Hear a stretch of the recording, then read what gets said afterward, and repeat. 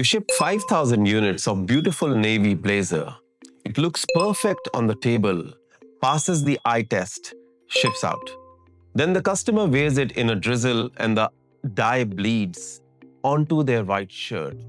Or they wash it once and the medium magically becomes an extra small. Your brand isn't just bleeding money, it's losing the most valuable thing in the business. That's trust. You can spot a hole with your eyes, but you cannot see chemical instability or tensile strength just by looking at a roll. Today, we are moving past what you can see and into what you can prove. Welcome to the lab. You're decoding the DNA of your fabric, physical and chemical testing.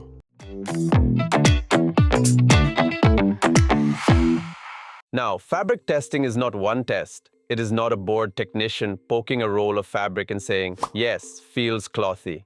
No, fabric testing is a full interrogation. Bright lights, metal machines, chemical baths, spreadsheets full of cold, ruthless data, and the first suspect in the room is physical testing. Physical testing asks one brutal question. Can this fabric survive real life? Because real life is not a showroom. Real life is friction, washing, stretching, sweating, sitting, rubbing, pulling, drying, folding, and one customer who insists on tumble drying everything at the temperature of a small volcano. So we test strength. In tensile strength testing, the fabric is pulled until it reaches its breaking point.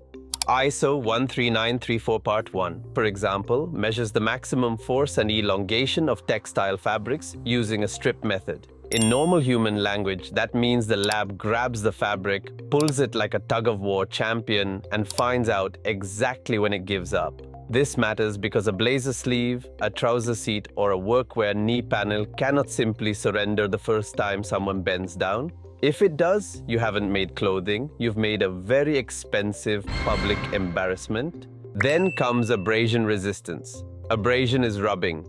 Constant, annoying, unavoidable rubbing. The kind that happens when a backpack scrapes a jacket, thighs rub while walking, elbows meet desks, or upholstery faces the daily punishment of human civilization.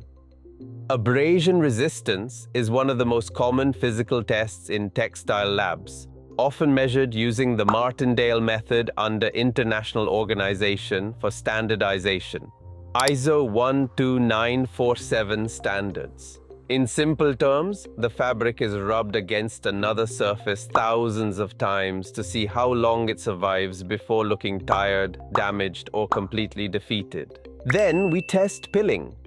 Pilling is those tiny fuzzballs that appear on sweaters, knits, and brushed fabrics. They are small, ugly, and absolutely determined to make your premium garment look like it came from the bargain bin behind a petrol station. Pilling tests simulate repeated rubbing to see how quickly the surface breaks down. Because luxury is not just softness, luxury is softness that doesn't self-destruct. Next is dimensional stability. That is the polite laboratory phrase for, will this thing shrink, grow, twist, or become a completely different species after washing?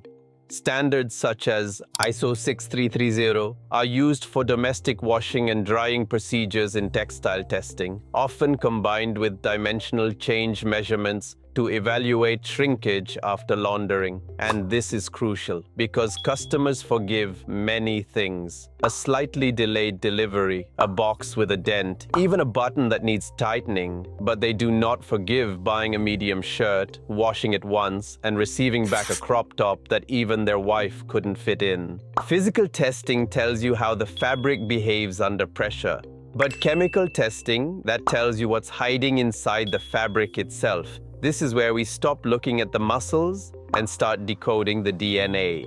The lab stops behaving like a gym and starts behaving like a forensic crime scene.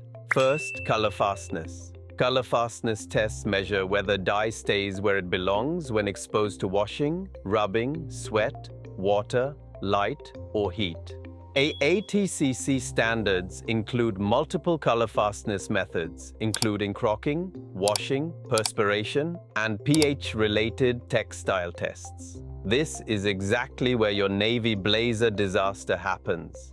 If the dye is not properly fixed, rain or sweat can turn that beautiful navy fabric into a leaking ink cartridge. The customer's white shirt becomes collateral damage, and your brand becomes a cautionary tale. Then there is pH testing. Wet processed textiles can retain chemical residues from dyeing, washing, bleaching, or finishing. AATCC lists pH testing of water extracts from wet processed textiles as a recognized test method. Why does that matter? Because fabric touches skin. For most skin contact textiles, accepted safe pH levels typically fall around 4.0 to 7.5 under standards like International Organization for Standardization, ISO 3071, and Oeko-Tex Standard 100. If the pH is too acidic or too alkaline, especially in baby wear, underwear, sportswear, or anything worn close to the body, you are not just selling poor quality. You are potentially selling irritation in garment form. Then comes restricted substances testing. This is the serious stuff. SGS states that textile chemical testing commonly checks for substances such as azo dyes, formaldehyde, and heavy metals. In Vietnam, regulations have also set limits on formaldehyde and aromatic amines from azo colorants in textile products, including stricter limits for children's textiles and direct skin contact products. So yes, fabric testing is not just about whether a shirt looks nice, it is about whether that shirt can legally cross a border, whether it can be sold in Europe, America, Vietnam, India, or anywhere else without a compliance officer developing a migraine the size of a shipping container. And here's the most important part. Physical testing and chemical testing work together. A fabric can be strong but chemically unsafe. A fabric can be chemically compliant but shrink like a frightened turtle. A color can be beautiful but bleed like a crime scene.